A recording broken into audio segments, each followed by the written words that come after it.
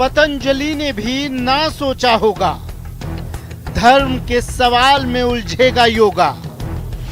ध्यान और आसन हिला धर्म का सिंहासन, जिसमें छिपा है सेहत का राज, उससे किसी को क्यों हो ऐतराज। विरोध की वजह क्या है, योग का धर्म क्या है। योग धर्म से परे सेहतमंद रहने का मूल मंत्र, जिसका राजनीति से कोई लेना देना नहीं है। अफसोस यही योग धर्म की राजनीति का शिकार बनाया जा रहा है। नमस्कार, आप देख रहे हैं योग का धर्म क्या है। आपके साथ मैं हूं स्वप्निल। सेक्युलरिज्म बनाम सांप्रदायिकता की बहस में महत्वपूर्ण और अहम मुद्दे हाशिए पर चले जाते हैं। यह कोई नई बात नहीं है। आज इस विवाद के केंद्र में योग है। बहस यह है कि योग सांप्रदायिक है या सेक्युलर। हाशिए पर जो अहम बात चली गई वो ये कि योग का धर्म से कोई सीधा कनेक्शन नहीं है। ऐसे में योग को धर्म संसद में अपनी सफाई देनी पड़ रही है। आज न्यूज 18 राजस्थान पर हम लेकर आए हैं सभी धर्मों के जानकार, हिंदू, मुस्लिम, सिख, ईसाई, जिनसे जानेंगे कि योग उनके दरबार में हाजिरी क्यों दे। आज इसी पर चर्चा।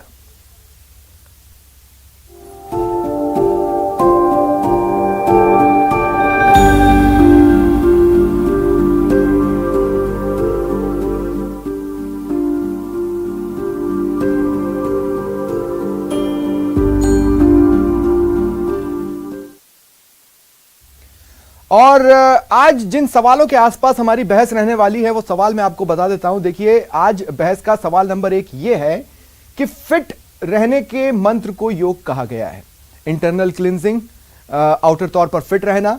तो ये जो फिट रहने का मंत्र है, इस पर हम धर्म के नाम पर फाइट क्यों कर रहे हैं या धर्म के नाम पर फाइट की स्थिति क्यों बन जाती है। साथ ही सवाल नंबर 2 है, देखिए, कहा गया है कि चित्त वृत्ति का निरोध, ऐसे में धर्म से कैसा विरोध। योग का मकसद कभी भी धर्म से टकराना नहीं रहा है। तो सवाल यही है कि आखिर धर्म से विरोध कैसा। और अब बात कर लें अगर सवाल नंबर 3 की, तो सवाल नंबर 3, देखिए, एक एक कर कई देश हैं जो योग के साथ कारवां में जुड़ते चले गए। तो दुनिया भर में जिस योग ने डंका बजा दिया, उस पर बार बार शंका क्यों क्रिएट की जा रही है। तो ये वो अहम सवाल है जिनके आसपास हम आज बहस करने वाले हैं। फिट रहने के मंत्र पर कैसी फाइट है, चित्तवृत्ति का निरोध, तो धर्म से कैसा इसका विरोध, और साथ ही दुनिया भर में जिस योग ने डंका बजा दिया है उस पर शंका क्यों करना। आज इन्हीं सवालों के आसपास हम बहस करेंगे। योग युग है ये, इस बात से इनकार नहीं किया जा सकता। एक एक कर 177 से ज्यादा देश योग को अपनाते चले गए। तो योग युग पर यह अब तक की सबसे बड़ी बहस रहने वाली है, जो अगले 1 घंटे तक आपके सामने मैं लेकर आऊंगा मेरे तमाम गेस्ट के साथ। सीधी सी बात है कि जो हमें सेहत का रास्ता दिखाता है उसका मजहब से कैसा वास्ता हो सकता है। आज इस सवाल का जवाब ढूंढने की कोशिश हम करेंगे। साथ ही अब कुछ अहम पॉइंट्स, देखिए किस तरह से अलग अलग समय पर धर्म की ओर से योग को युद्ध का सामना करना पड़ा है। राफिया आपको याद होंगी, योग सीखती थी, योग सिखाती हैं। एक वक्त कट्टरपंथियों ने धमकियों के जरिए उन्हें अपने निशाने पर ले लिया। उस समय योग को परीक्षा से गुजरना पड़ा। साथ ही अगर हम बात करें क्रिश्चियनिटी की, तो बिशप्स की जो काउंसिल है उन्होंने एक गाइडलाइन जारी की थी और उन्होंने भी योग का को लेकर यह कहा था कि सतर्क रहें। इस बीच फतवे जारी हुए हैं। देखिए, इंडोनेशिया एक ऐसी कंट्री जहां पर योग को लेकर फतवा जारी किया गया।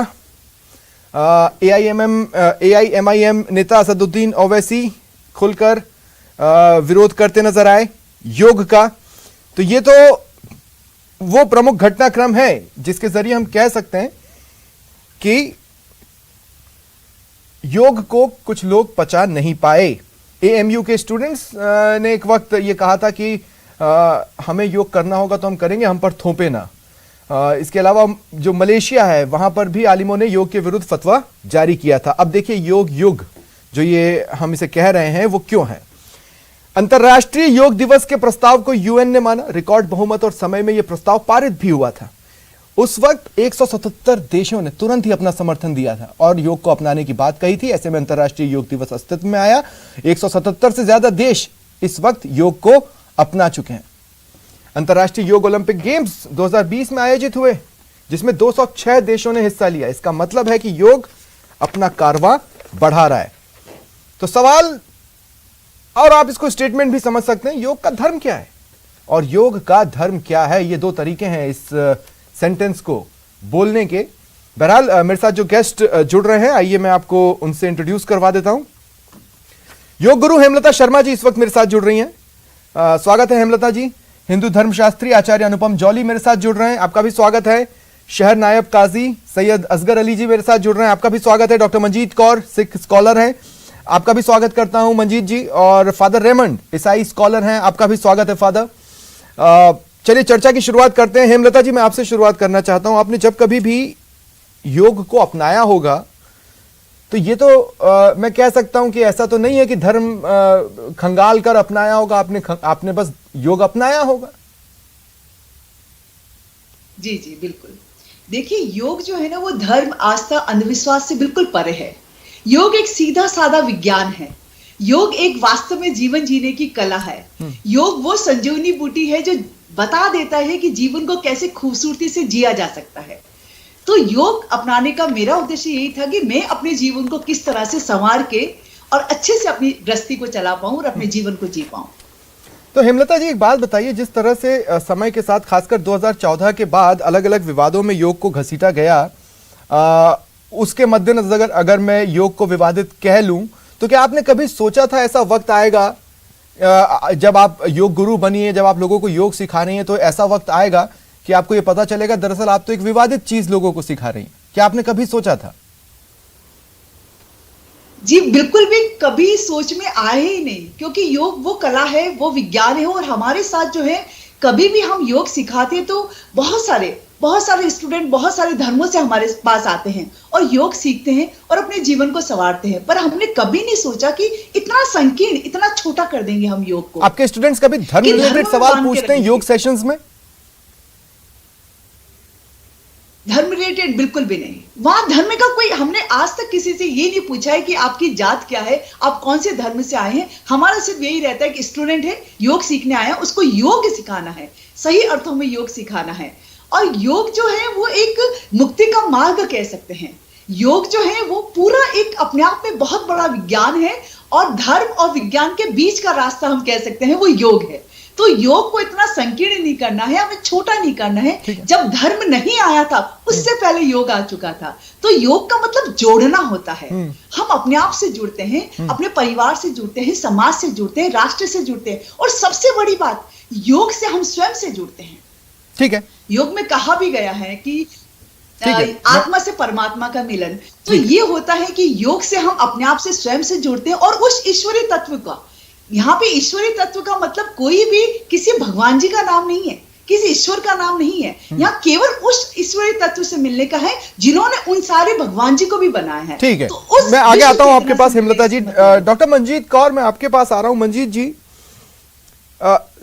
योग से किसी तरह का टकराव सिखिज्म का आज तक मुझे तो नजर नहीं आया।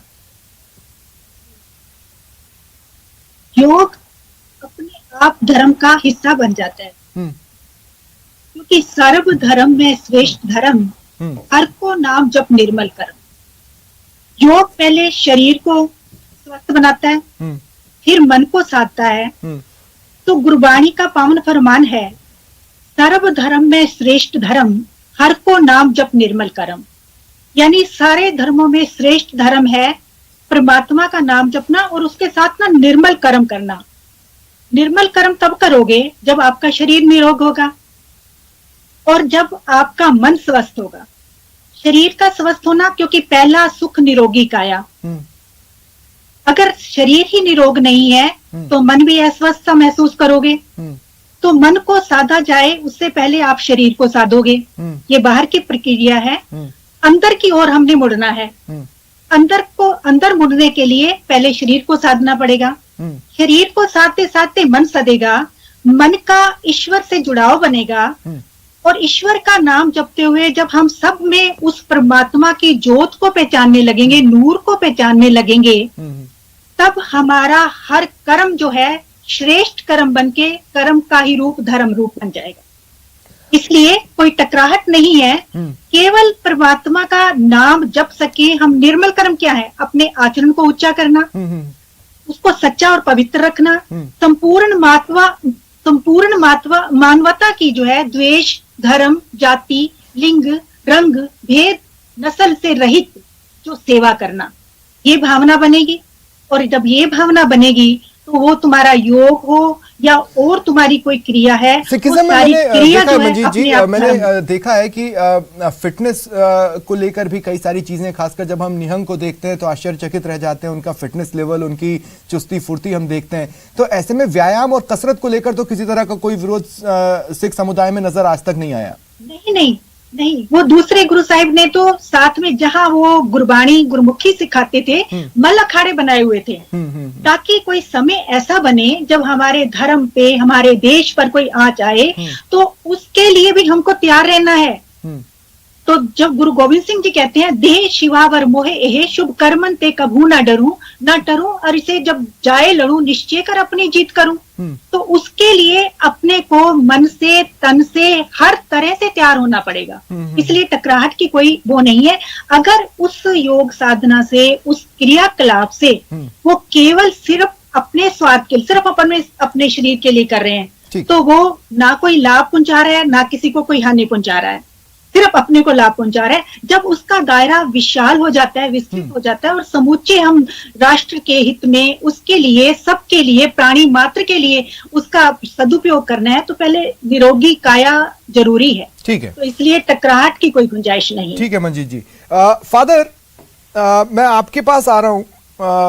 फादर रेमंड, देखिए कई सारी कंट्रीज जिन्होंने योग अपनाया, उत्तरी अमेरिका के 23 देश, दक्षिणी अमेरिका के 11 देश, यूरोप के 42 देश, इनमें से कई ऐसे हैं जो कि क्रिश्चियन डोमिनेंट कंट्रीज हैं। मैं ये पूछना चाहता हूं कि क्रिश्चियनिटी किस नजर से देखती है योग को, जबकि कई सारे तथ्य ये बता रहे हैं कि योग का अपना कोई धर्म नहीं है। सबसे पहले तो मैं स्पष्ट कर दूं कि योग किसी धर्म से जुड़ा हुआ नहीं है। ओके। अब हमारे क्रिश्चियनिटी की तरफ से किसी भी स्पष्ट रूप से अभी तक नहीं कहा गया है कि योग अपनाना चाहिए या नहीं अपनाना चाहिए। ये हमारे इंडिविजुअल पर निर्भर करता है। रही बात यह कि अगर हम योग को ईश्वर तक पहुंचने का माध्यम माने तो हम लोग उसको स्वीकार नहीं करते हैं। योग को हम इस रूप में स्वीकार करते हैं कि ये हमारी मानसिक और शारीरिक एक्सरसाइज के लिए है, जो हमको इस काबिल बनाता है कि हम ईश्वर तक पहुंच सके। तो स्पष्ट रूप से धर्म के रूप में हम इसको नहीं देखते हैं और यह नहीं है। धर्म किसी भी धर्म से जुड़ा नहीं है और न ही यह परमात्मा को पाने का एक उपाय है, निर्वाण पाने का उपाय नहीं है। ये मोक्ष या मुक्ति पाने का उपाय नहीं है। ये हमको हेल्प करता है, हमारे सहायता करता है कि हम ईश्वर को प्राप्त कर सके अपनी आध्यात्मिकता के द्वारा, अपनी मेडिटेशन के द्वारा। उसके लिए हम अपने शारीरिक और मानसिक रूप से अपने को तैयार कर सकते हैं। योग हमको अपनाने के लिए तो फिर क्या कारण है फादर रेमंड, क्या कारण है कि केसीबीसी यानी केरल कैथोलिक बिशप्स काउंसिल के जो थियोलॉजी कमीशन रहा, धर्म आयोग रहा, उसने ये गाइडलाइन दी कि ठीक है योग धर्मनिरपेक्ष है, ये कहा जा सकता है, पर ईसाइयों को इससे सतर्क रहना चाहिए, ध्यान देना चाहिए कि कहीं वो हिंदू धर्म तो कबूल नहीं कर रहे। ऐसा कुछ तो योग में है नहीं। ना, इसमें दो कारण है। पहली बात है कि हम ईसाई धर्म के अनुसार हम ये मानते हैं कि हमारी आत्मा परमात्मा से मिलती है, अलग हमारे अंतर्मुखी नहीं है ये हमारा धर्म, ये बाह्यमुखी है। जबकि योग के अनुसार सो अहम, एक मंत्र है ना, सो अहम, जैसे कि मैं वही हूँ, अहम ब्रह्मास्मि, वो हमारे हिंदू धर्म के अनुसार है, जिस पर हमारे धर्म के कुछ आचार्यों को आपत्ति है। तो कहने का तात्पर्य लेकिन सर जब यही गाइडलाइंस ये कहती हैं कि योग के दौरान अन्य मतों के धार्मिक प्रभुओं के समक्ष ध्यान लगाना अवांछनीय और अस्वीकार्य है, तो योग तो ये कभी नहीं कहता कि धार्मिक प्रभुओं के समक्ष ध्यान लगाओ। एग्जैक्टली ये योग ने कहीं नहीं कहा है। सही बात है। तो फिर अगर ऐसी गाइडलाइन देंगे तो एक मिसकंसेप्शन नहीं बनेगा योग को लेकर। इसमें सही बात है कि स्पष्टता नहीं है, लेकिन बात यह है कि हम किसी धर्म के रूप में उसको नहीं अपना रहे हैं। कहने का तात्पर्य यही है कि हम किसी अन्य धर्म के गुरु के समक्ष अपना शीश नहीं नवा रहे हैं। हमारे लिए एकमात्र प्रभु हैं, ईश्वर यीशु हैं, और उनको प्राप्त करने के लिए हम कोई भी माध्यम अपना सकते हैं। हम एक ऐसे देश में हैं जहां मल्टी रिलीजियस कॉन्टेक्स्ट है, हर प्रकार के धर्म हैं और हर धर्म में अच्छाइयां भी हैं। तो उन अच्छाइयों को अपनाने में हमको कोई दिक्कत नहीं है, कोई आपत्ति नहीं होनी चाहिए, मेरा यह व्यक्तिगत मानना है। ठीक है, अब मैं अन्य गेस्ट को भी अपनी चर्चा में जोड़ रहा हूं। सैयद असगर अली जी, जनाब आपसे मैं पूछना चाहता हूं कि क्या क्या आपत्तियां हैं, क्योंकि समय समय पर फतवे भी जारी हुए और समय समय पर मुस्लिम समाज के कद्दावर चेहरों ने भी कहा कि योग से शर्म कैसी। तो इतना बटा हुआ क्यों है योग पर मुस्लिम समाज? सौम्यल जी, एक तो मैं ये अर्ज़ करना चाहता हूँ कि जो 21 जून को हम योग दिवस मनाते हैं और भारत सरकार द्वारा इसको जब वहाँ पर अंतर्राष्ट्रीय स्तर पर इसको रखा गया, अंतर्राष्ट्रीय पटल पर, और बहुत अच्छा हुआ, उसका स्वागत किया गया और इसको एक अंतर्राष्ट्रीय दिवस के रूप में हम मनाने लगे। क्या ये 2015 से पहले लोग कसरत नहीं जानते थे, व्यायाम नहीं जानते थे, उनकी फिजिक्स सही नहीं थी? सवाल ये है कि अगर योग का नाम हम कसरत लें या व्यायाम लें तो किसी को कोई आपत्ति नहीं है, लेकिन योग के जरिए से हम दूसरी चीज़ें उसके अंदर शामिल कर दें। जैसे मिसाल के तौर पर योग, हाँ मैं वही बता रहा हूँ।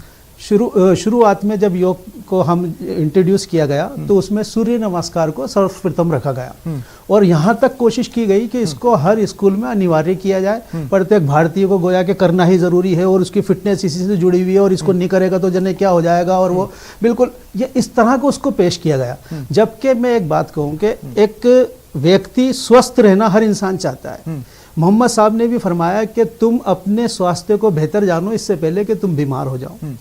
कुरान भी इस बात के लिए कहता है कि तुम्हारी फिटनेस बहुत अच्छी होनी चाहिए। मोहम्मद साहब दूसरी जगह कहते हैं कि कमज़ोर मोमिन से ताकतवर मोमिन बेहतर है, हालांकि दोनों में खैर है। लेकिन सवाल ये है तो क्या कि इस्लाम उसके जरिए से कोई खास, सूरज तो विज्ञान है ना? हाँ हाँ बिल्कुल, सूरज तो विज्ञान है। एग्जैक्टली, लेकिन सूरज तो विज्ञान है। सुनिए मेरी बात, मैं बता रहा हूँ आपको, सूरज विज्ञान है, धरती विज्ञान है, चांद तारे विज्ञान है, लेकिन ये किसी की ड्यूटी बजा रहे हैं। वो सृष्टि का जो निर्माता है उसी के आदेश पे ये चलते हैं। इसीलिए इसको समय समय पर जब हम कहते हैं कि सूर्य को ग्रहण लग गया, समय समय पर ये बता दिया जाता है सृष्टा द्वारा कि इसके अंदर कोई शक्ति नहीं है। अच्छा, आपकी जानकारी में सूर्य नमस्कार होता कैसे है?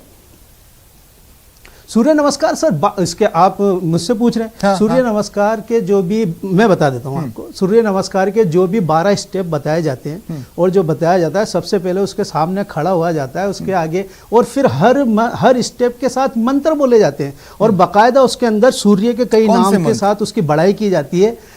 मैं देखिए एक चीज बता दूं आपको, हमारा कुरान ये कहता है कि ये सूरज और ये चांद ईश्वर की निशानियां हैं। ला तस्जुदु, इनके आगे सजदा मत करो, इनके आगे मत झुको, मंत्र मत बोलिए। हाँ, वैसे तो मैं आपको बता दूं कि ऐसे कोई मंत्र बोले नहीं जाते हैं। अगर आपको नहीं चाहिए तो हेमलता जी, क्या आपकी जानकारी में कोई मंत्र बोले जाते हैं जैसे गायत्री मंत्र हैं जो लगातार बोले जाते हैं, ऐसा कुछ है? नहीं, गायत्री मंत्र। देखिए, इसमें मैं ये कहना चाहूंगी कि सूर्य नमस्कार से मतलब सूर्य देवता को पूजन से नहीं ले। सबसे पहले तो ये एक शारीरिक व्यायाम है पूरा, जिसमें सारी मांसपेशियों को एक्टिवेट किया जाता है, उनको रक्त का संचार अच्छा होता है। क्या कोई मंत्र बोला जाता है? हाँ, मंत्र भी है या नहीं ये पूछिए ना आप। हाँ। नहीं, मंत्र बोला जाता है, बस बात खत्म हो गई। ऐसा कुछ नहीं है जनाब, पूरा जवाब तो सुनिए। आप वो कह रही है ऐसा कुछ भी नहीं है। हाँ बोले। मैं बता दूं आपको, मैं आपकी जानकारी में इजाफा कर दूं जी। मैं ये बोल रही हूँ कि ऐसा कुछ भी नहीं है। सूर्य नमस्कार को उस ढंग से ले आप कि आप पूरे संपूर्ण शरीर का आप व्यायाम कर रहे हैं, शरीर के अंदर रक्त संचार अच्छा होगा, व्यायाम में हो रहा है। तो आपको शारीरिक बल और सामर्थ्य नहीं। अच्छा ठीक है, चलिए जनाब दूसरे तरीके से मैं पूछ लेता हूँ। चलिए, माना कि आपको सूर्य नमस्कार और उस दौरान जो मंत्र बोलना जरूरी नहीं है, अगर कोई बोलता है तो आपको लगता है कि नहीं हमें नहीं बोलना है, ठीक है। आपको सूर्य बाकी आसनों में हाँ, आसन देखिए, बताऊँ मैं आपको, मैं ये कहूँ आपसे कि आप नमाज पढ़ लें, ये बेहतरीन आसान है। और दिन भर में ये सप्ताह में एक बार नहीं करना है, पूरे दिन में एक बार नहीं करना है, बल्कि दिन भर में आप 2.5 से 3 घंटे नमाज पढ़ लेते हैं अगर 5 टाइम करते हैं। लेकिन चूंकि ये नमाज एक पद्धति है इबादत की, हालांकि उसके अंदर मंत्र भी पढ़ा जाता है, आप में से कोई भी इसके लिए तैयार नहीं होगा, चाहे उसमें कितना ही फायदा हो। अगर तैयार हो जाए, मोस्ट वेलकम, मस्जिद में आए। लेकिन सवाल यह है कि चूंकि उसकी जो व्यायाम की जो स्टेप्स हैं वो हमारी इबादत में शामिल हैं, उसमें सजदा भी है, उसमें रुकू भी है, लेकिन तो वो चीज हम क्यों कर लेंगे? मेरी बात थी मंत्र को लेकर, मेरा लेकर सवाल था मंत्र को लेकर। अब मैं आपसे ये पूछ रहा हूँ कि चलिए ठीक है कि सूर्य नमस्कार से आपको आपत्ति है, लेकिन और भी तो चीजें होती हैं। अब देखिए देवबंद ने क्या कहा, दारुल उलूम देवबंद क्या कहा उसने, और कहना चाहूंगी देवबंद से ये कहा गया कि ठीक है आप ओम मत बोलिए, आप चाहे तो अल्लाह बोल सकते हैं, लेकिन सूर्य नमस्कार में कोई ऐसी प्रॉब्लम नहीं है। अब देवबंद की बात भी हम ना माने तो किसकी मानेंगे? आप अपने टीवी स्क्रीन पर, देवबंद कोई वो नहीं है, पहले चीज वो एक थॉट है, वो कोई चीज देता है, वो कोई अथॉरिटी नहीं है। अच्छा। दूसरा चीज ये समझे, आप टीवी स्क्रीन पर उसके 12 के 12 स्टेप चलाएं, और उस स्टेप में आप देखिए सीधे खड़े होना है, उसके आगे नमस्कार करना है, और उसके अंदर चंद्रासन है, बहुत सारे आसन उसके अंदर मौजूद हैं। तो मैं ये कहना चाहता हूँ यह आसन को अगर हम नमाज के आसन से मिलाएंगे, इसमें भी कई आसन है। और मैं कहूँ कि नमाज में आप सजदा करेंगे, आपका पूरा रक्त जो है शरीर का पूरा जो है सर पे आ जाएगा, और वो कोई से भी आसन में पॉसिबल नहीं है। आप किया कीजिए, तो आप नहीं करेंगे, क्योंकि वो इबादत की पद्धति है। तो नहीं तो पद्धति भी अलग एक सवाल और, व्यायाम आपको अलग क्या चीज है। लगता है, आपको लगता है कि योग का धर्म हिंदू है?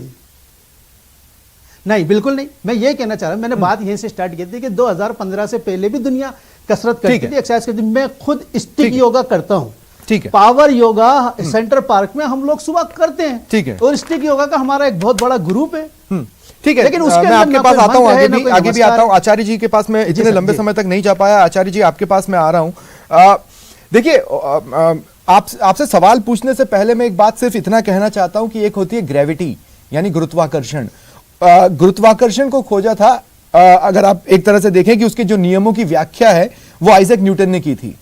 तो इसका मतलब ये नहीं है कि जो गुरुत्वाकर्षण है या जो ग्रेविटी है वो दरअसल क्रिश्चियनिटी हो गई, नहीं, वो एक साइंस है, यौगिक विज्ञान है। योग, जहां तक मेरी समझ है आचार्य जी, यौगिक विज्ञान पर धीरे धीरे कर ये मंत्र और ओम और इस तरह की चीजों के साथ हिंदू होने का लेबल लग गया। ये हुआ कैसे?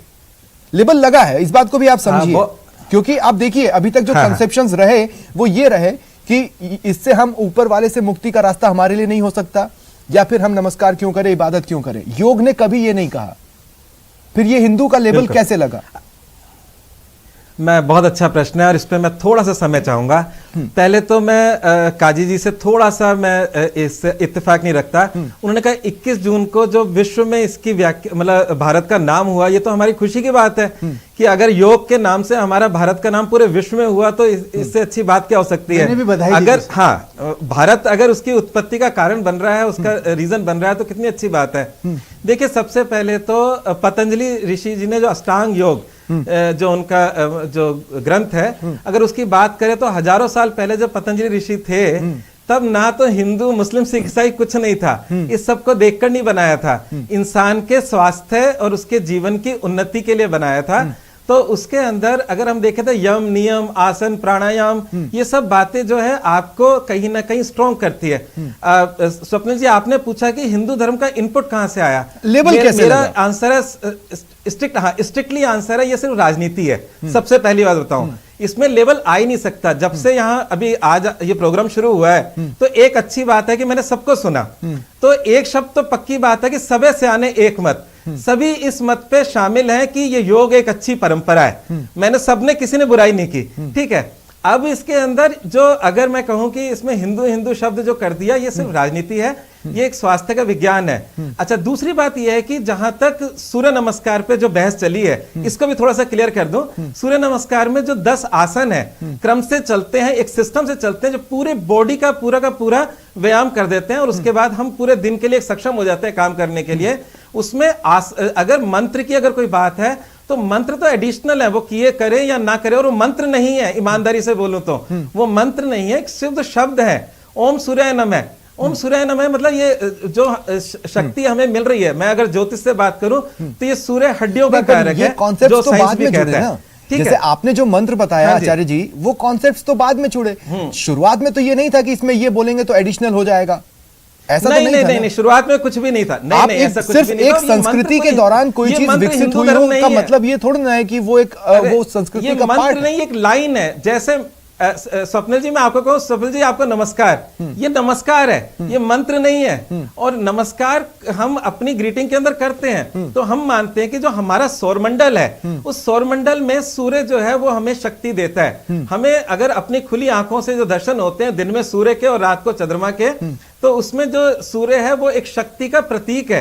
तो प्रतीक है, वो कोई भगवान के रूप में उसको नमस्कार नहीं किया जा रहा। अगर हमने लेकिन अब एक नमस्कार बात कर दिया, बताइए, उसमें ठीक कोई बुरी बात है, नहीं लेकिन है। क्या हम अच्छा, सूर्य को देवता नहीं इसको थोड़ा सा और क्लियर कर दो। आचार्य जी, अच्छा, हम लोग एक सूर्य को मिनट देवता तो please। मानते हैं, हाँ। है ना? ऐसे में आप अगर आपको इसको एक्सप्लेन clear कर करना रहा हो कि हम देवता की पूजा नहीं कर रहे हैं, तो फिर हम क्या कर रहे हैं? हाँ, हाँ, मैं क्लियर कर रहा हूँ। पूजा एक रिचुअल होता है। यहाँ पर एक नमस्कार, एक मुद्रा है। देखिए, ताली मारना भी एक अपने आप में आजकल योग है। जैसे अभी मतलब इन्होंने बोला कि ये सेंट्रल पार्क में जाते हैं और एक्सरसाइज करते हैं, तो उसमें आप देखो बहुत सारे लोग हैं जो ताली मारकर अपने ब्लड सर्कुलेशन को ठीक कर रहे हैं। ठीक है ना? तो ये पहली मुद्रा, मतलब ये मुद्रा जो है, मुद्राओं का बड़े रिजल्ट्स हैं। हमारे हाथ में पांचों उंगलियों में 5 तत्व माने गए हैं, और जब 5 तत्व दोनों एक दूसरे से जुड़ते हैं तो हमारा बैलेंस होता है शरीर, और उसके बाद शुरुआत होती है। तो हर एक के पीछे साइंटिफिक रीजन है, उसको धर्म से जोड़ ही नहीं सकते। परंतु अगर आपने मुझसे एक लाइन में पूछो तो मैंने पहले इसका उत्तर दे दिया कि अगर इसको हिंदू हिंदू किया जा रहा है तो ये सिर्फ राजनीति और कुछ भी नहीं है। नहीं, लेकिन इसका एक पर्सपेक्टिव ये भी तो है ना कि आचार्य जी, हो सकता है कि हिंदू समाज के चेहरों ने कुछ इस तरह से उसे प्रोजेक्ट किया कि वो उनका हिस्सा लगे। नहीं, नहीं, नहीं, देखिए, योग शब्द का मतलब होता है प्लस। प्लस का मतलब होता है कि पॉजिटिव। हमारे जीवन में कुछ प्लस हो। मैं इसी सवाल पर रहूंगा। दरअसल मेरे को एक ब्रेक यहाँ पर लेना है। ब्रेक पर जाने से पहले एक छोटा सा कमेंट मैं हेमलता जी आपसे लेना चाहता हूँ। ये जो फर्स्ट राउंड रहा है डिबेट का, इसके बाद मैं इंसिडेंसेस पे बात करूंगा जो हुए थे। उससे पहले इस राउंड पर आपका क्या कमेंट है योग गुरु होने के नाते? देखिए, मैं तो ये बहुत खुशी हो रही मुझे ये जान के कि सबका एक मत है कि योग तो करना ही चाहिए। अभी जो सुना है, और बड़ी खूबसूरती से सबने इसको स्वीकारा है, इस बात की मुझे बहुत प्रसन्नता है। और जहां तक सूर्य भगवान का सवाल है, तो हमारा शरीर का रोम रोम, कण कण सूर्य भगवान की ऊर्जा से बना हुआ है। सारी प्रकृति, सारा ब्रह्मांड उस शक्ति से बना हुआ है, तो उस चीज की पूजा करते हैं। इसको संकीर्ण लेके हम नहीं करें। जैसा कि योग गुरु, महर्षि योग गुरु पतंजलि जी ने कहा है कि चित्त वृत्ति निरोध, और ये हमारा चित्त ही है जो सब बिगाड़ रहा है, योग को छोटा बना रहा है। तो चित्त वृत्ति निरोध, हमें इससे ऊपर उठना होगा। धर्म हमको एक खूटे से बांध रहा है, और योग हमको कह रहा है उस खूटे को छोड़ो और थोड़ा आगे बढ़ो, थोड़ा आगे बढ़ के देखो। ये कहना चाहूंगी मैं। ठीक है, मैं यहाँ पर एक ब्रेक के लिए रुक रहा हूँ। मेरा आप सभी से निवेदन है, मेरे साथ बने रहें। एक छोटे से ब्रेक के लिए रुक रहे हैं, जल्द हाजिर होते हैं, इसी चर्चा को आगे बढ़ाएंगे।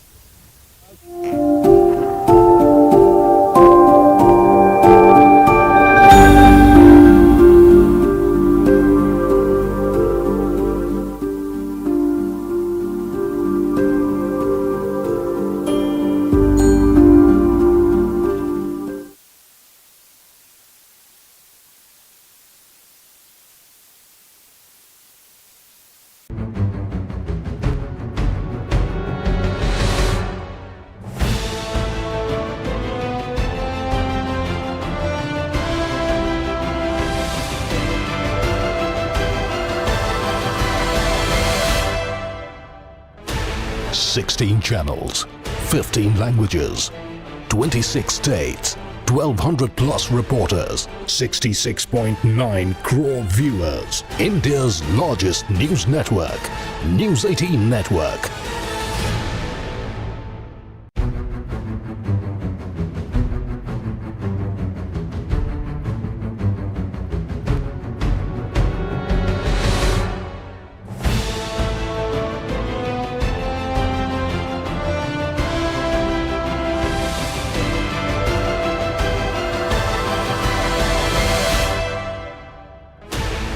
Sixteen channels, 15 languages, 26 states, 1,200 plus reporters, 66.9 crore viewers. India's largest news network, News 18 Network.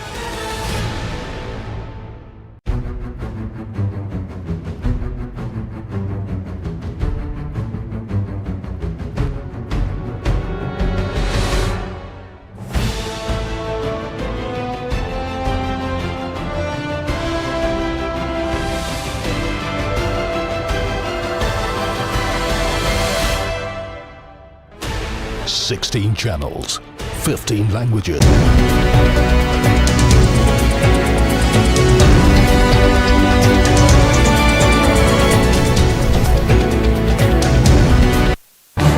इस न्यूज हेडलाइंस के प्रायोजक पेट सफा आयुर्वेदिक जून, पेट सफा हर रोग दफा।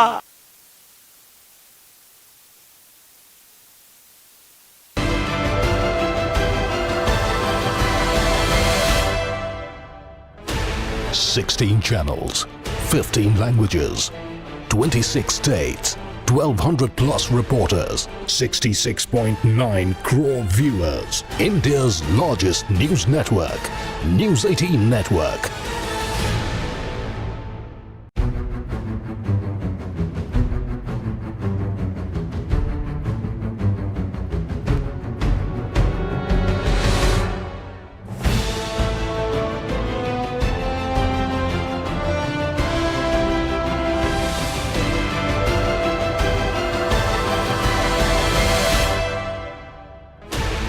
$16 channels, 15 languages, 26 states, 1,200 plus reporters, 66.9 crore viewers. India's largest news network, News 18 Network.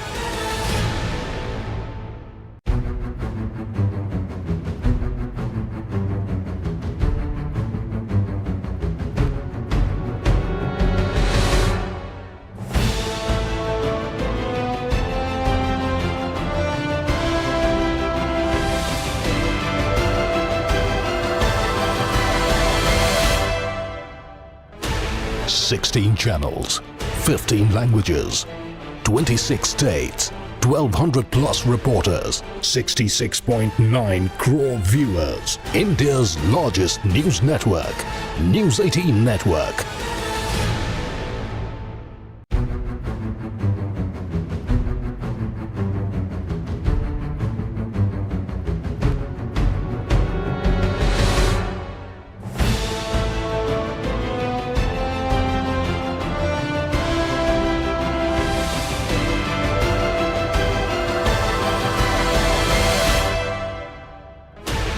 $16 channels, 15 languages, 26 states, 1,200 plus reporters, 66.9 crore viewers. India's largest news network, News 18 Network.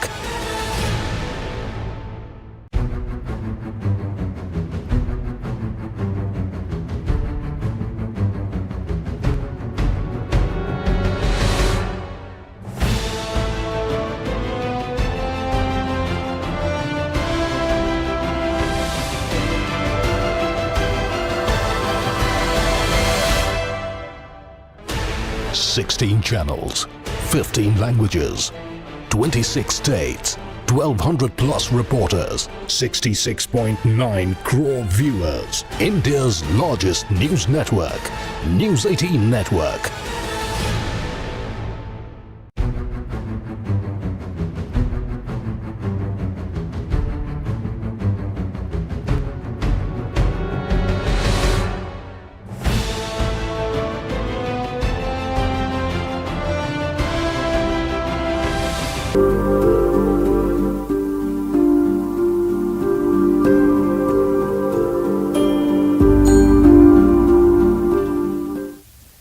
Break के बाद स्वागत है आप सभी का और आप देख रहे हैं योग युग पर अब तक की सबसे बड़ी बहस न्यूज 18 राजस्थान पर। योग पर धर्म संसद चल रही है और तमाम धर्म के प्रतिनिधि हमारे साथ मौजूद हैं और योग पर अपने अपने विचार रख रहे हैं। इसी बातचीत को, इसी चर्चा को आगे बढ़ाते हैं।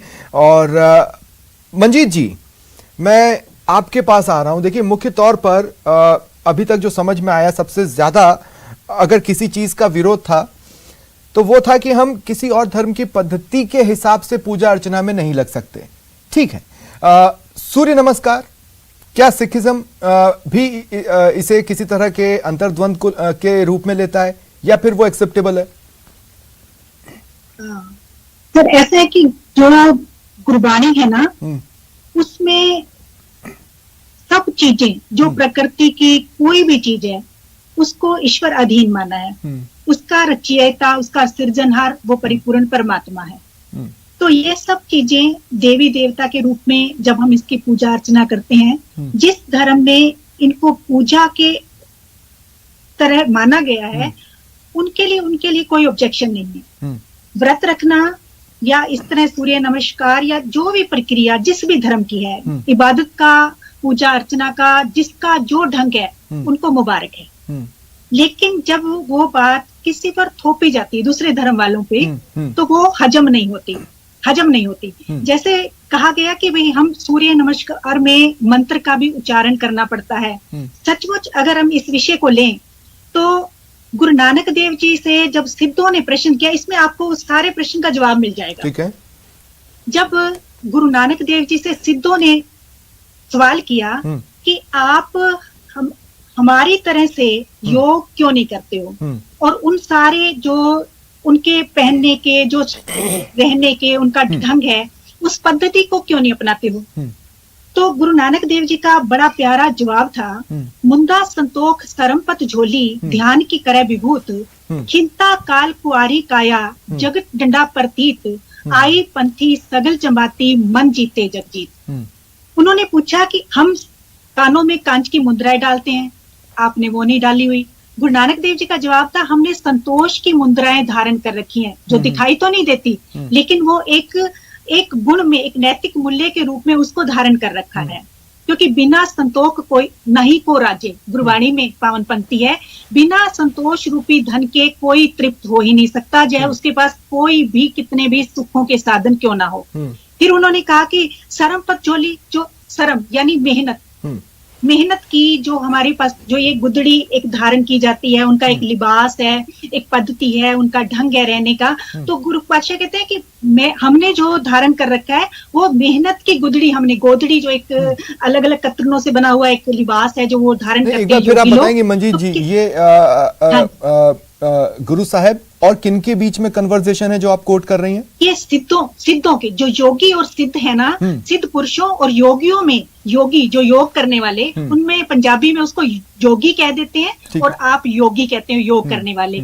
योग करने वाले योगी और सिद्ध पुरुषों के बीच में उनका वार्तालाप हुआ, संगोष्ठी हुई, और ये पूरी एक वाणी जो है गुरु ग्रंथ साहिब में, बहुत बड़ी वृद्धाकार की वाणी जो है वो उसमें संकलित है गुरु ग्रंथ साहिब में। तो उसके संदर्भ में मैं आपसे, जपजी साहिब में इन्होंने सिद्धों ने जो प्रश्न उठाया, तो गुरु नानक देव जी ने उसका सहज जवाब दिया कि हमने मुद्राएं जो कांच की आपने पहन रखी हैं, धारण कर रखी हैं, हमने संतोष की धारण कर रखी हैं, बेशक वो दिखाई नहीं देती। सरमपत झोली और हमारी जो झोली, जो गोदड़ी आप धारण करते हो, वो सरम हमारी मेहनत की। क्योंकि जब हम उस योग साधना में आ जाते हैं, जैसे पहले जाकर कंदराओं में, गुफाओं में या हिमालय की चोटियों पर जाकर इस तरह से साधना करना और घर गृहस्थी का त्याग कर देना, तो उसका एक तरह से खंडन किया कि कहते हैं ये नहीं, लेकिन अभी तक की जो चर्चा हमने की उसमें ये पोर्शन आया था कि मंत्र बोले जा रहे हैं, पर मैं फिर इस बात को दोहरा रहा हूँ कि एक मिसकंसेप्शन है, इसीलिए हमें बैक टू पवेलियन नहीं होना है। उसके आगे की जो बातचीत है उस पर मैं पूछ रहा हूं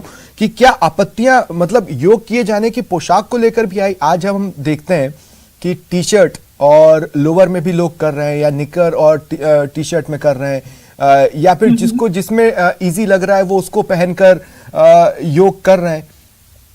हाँ जी, तो मतलब कहने का भाव ये है कि अगर वो मंत्र उच्चारण करवाया जा रहा है या किसी धर्म की उस आड़ में उस चीज को लिया जा रहा है, तो हम उस समय में अपना मंत्र उच्चारण कर लें। हाँ।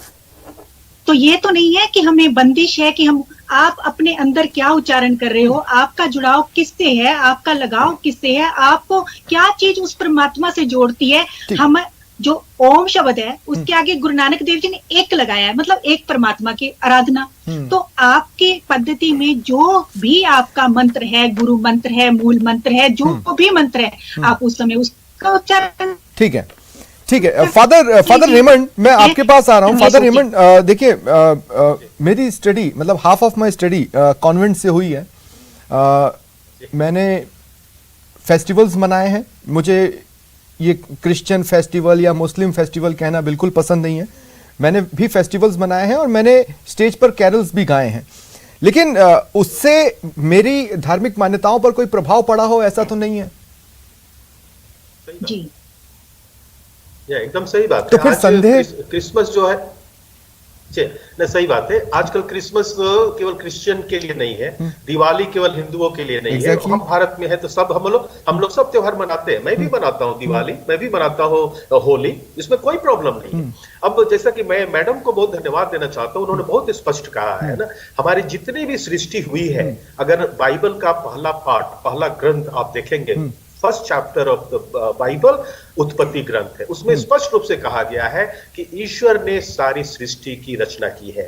दुनिया में जितनी चीजें हैं, चाहे वो सूर्य हो, चंद्रमा हो, पेड़ पौधे, पशु पक्षी, यहां तक इंसान भी ईश्वर ने बनाई है। ठीक है। अब अगर हम, जैसा कि पहले भी चर्चा हो चुकी है, अगर हम उनके सामने नतमस्तक होते हैं तो हमारे लिए संभव नहीं है। हम इंसान के आगे सिर नहीं झुकाते हैं। अब बात रही, अगर योगा को हम धर्म से जोड़ते हैं तो इसमें जो मंत्रोच्चार करना है वो बेकार की बातें हैं, उसमें हम कभी शामिल हो ही नहीं सकते। ईसाई के रूप में हम किसी भी, चाहे वो सूर्य जी हो या कोई भी हो, उनके सामने हम नतमस्तक मंत्रों के द्वारा नहीं कर सकते। बात रही योगा, जो है मेरे ख्याल से योगा जो है एक शारीरिक और मानसिक अभ्यास है। लेकिन फिर देखिए, फिर बात वही है कि अगर थियोलॉजी कमीशन को गाइडलाइन जारी करनी पड़ी और कुछ सेंटेंसेस बोलने पड़े, वो भी एक मतलब प्री डिटरमाइंड होकर, मैं इसलिए कहूंगा क्योंकि वो संदेह व्यक्त कर रहे थे। ऐसा कुछ हुआ या नहीं हुआ उन्होंने वो नहीं देखा था। दरअसल वो घटनाक्रम ये था कि सिस्टर टेरेसा थी, फादर रेमंड, सिस्टर टेरेसा, जो कि शायद अपने आप में योग सिखाने वालों में अकेली होंगी मेरे हिसाब से। उन्होंने ये कहा कि उन्होंने हिंदू आश्रम में जाकर योग सीखा, लेकिन उनकी धार्मिक मान्यताओं पर कोई प्रभाव नहीं पड़ा। इसका मतलब ऐसा कुछ तो नहीं हुआ होगा उस आश्रम में जो उनको हिंदू बनाने की कोशिशों के तहत देखा जाए। फिर डर किस बात का? नहीं, इस रूप में नहीं देखा जा रहा है। हमारे बहुत सारे ऐसे फादर और सिस्टर लोग हैं जो योगा अभी भी चलाते हैं, कराते हैं ना। हम लोग स्वयं अपने कॉलेज में योगा का अभ्यास करा रहे हैं, और कल हमारे कॉलेज में जितने भी शिक्षक लोग हैं, कर्मचारी लोग हैं, उनके लिए योगा हम लोग करने जा रहे हैं। उसके लिए कोई प्रॉब्लम नहीं है। धर्म के प्रति हमारा कोई शंका नहीं है कि आप धर्म परिवर्तन कराएंगे। लेकिन अगर हम इसको धर्म के रूप में देखेंगे तो हमको शक है। हम इसको स्वीकार नहीं कर सकते धर्म के रूप में, और ये नहीं होना चाहिए। जैसा कि सर ने बताया, कोई एक व्यक्ति ने आपसे कहा कि इसको एक पॉलिटिसाइज कर दिया गया है, धर्म से जोड़ने की कोशिश की गई है। यहां तक कि मंत्र को भी जोड़ने की कोशिश की गई है कि आप हिंदू होकर ही करो। ऐसी बात नहीं होनी चाहिए। हाँ, तो अपने अपने तरीके से करने की स्वायत्तता तो सभी को दी गई। और देखिए, कॉन्स्पिरेसी तो कहीं भी हो, किसी भी चीज को लेकर हो, उसको कौन सही ठहराएगा? आचार्य जी, अगर कॉन्स्पिरेसी है तो कौन सही ठहराएगा? आप फोर्स तो नहीं कर सकते कि नहीं आपको ये ऐसे करना होगा और इसी तरीके से करना होगा। भाई, योग में भी अगर हम कुछ आसन नहीं कर पाते हैं तो जो योग इंस्ट्रक्टर है वो ये बताता है कि अच्छा, इसको ना इस तरीके से करने की कोशिश करो, हो सकता है उसका हाफ भी अचीव किया तो इनफ है। बिल्कुल बिल्कुल बिल्कुल। पूरे विश्व में योग को इसी प्रकार से कराया जा रहा है और भारत में भी हम ऐसा ही कर रहे हैं। इसमें सचमुच कुछ धर्म नहीं है। मैंने बचपन से योग देखा है, किया है, पर मैंने कभी इसको धर्म से ना मैंने खुद ने जोड़ा कि ये मैं हिंदू हूं तो ये हिंदू धर्म का ही वो लेवल है। देखिए, हमारा धर्म, अगर हम मजहबों को छोड़ दें, पहला धर्म तो स्वयं के प्रति है। स्वयं को स्वस्थ रखना ही सबसे बड़ा धर्म है। मानसिक रूप से, शारीरिक रूप से, आत्मिक रूप से अपने आप को बेहतर बनाना, यही हमारा धर्म है। और अगर योग उसमें प्रमुख भूमिका निभाता है तो इसमें किसी को कोई आपत्ति नहीं होनी चाहिए, बल्कि हमें खुद चलकर इसे अपनाना चाहिए। देखिए, मतलब योगा कर्मसु कौशलम, कर्म की कुशलता ही योग है।